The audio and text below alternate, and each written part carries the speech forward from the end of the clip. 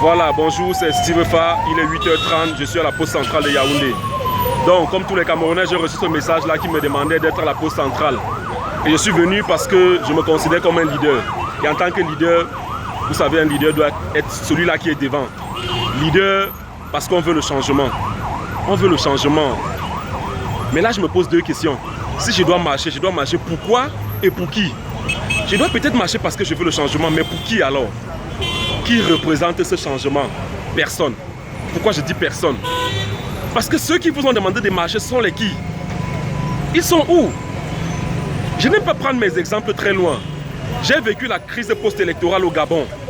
J'ai vu des opposants comme un seul homme se tenir les mains et marcher. J'ai vu Jean Ping, j'ai vu Zachary Miboto, j'ai vu Eyegendong, j'ai vu Demeze Ombiang. Les gars se sont tenus les mains, ils ont marché à la rue Thioréré à Libreville. Et le peuple était derrière. C'est ça qu'on appelle leader. C'est ça qu'on appelle leader.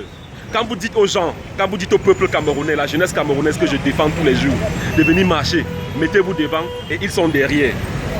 Arrêtez d'instrumentaliser la jeunesse.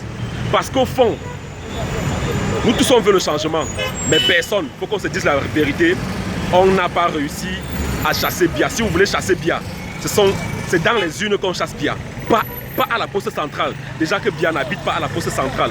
Donc si vous voulez le chasser, c'est dans les urnes. Peuple camerounais, arrêtez de vous faire instrumentaliser.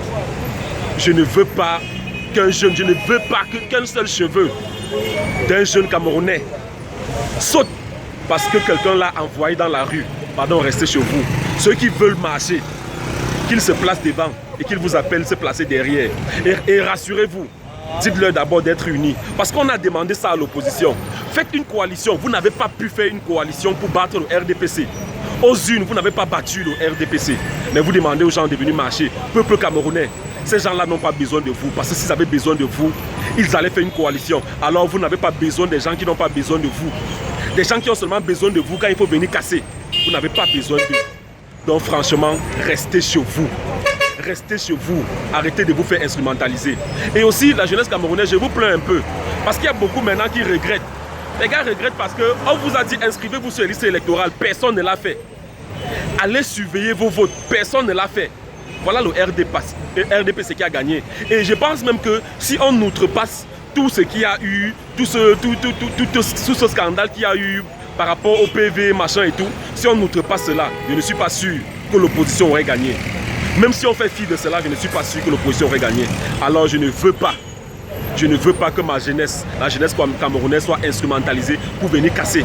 Ils vont me dire qu'on m'a donné le pain sardine, machin, mais ce que je dis est vrai. Ce que je dis est vrai.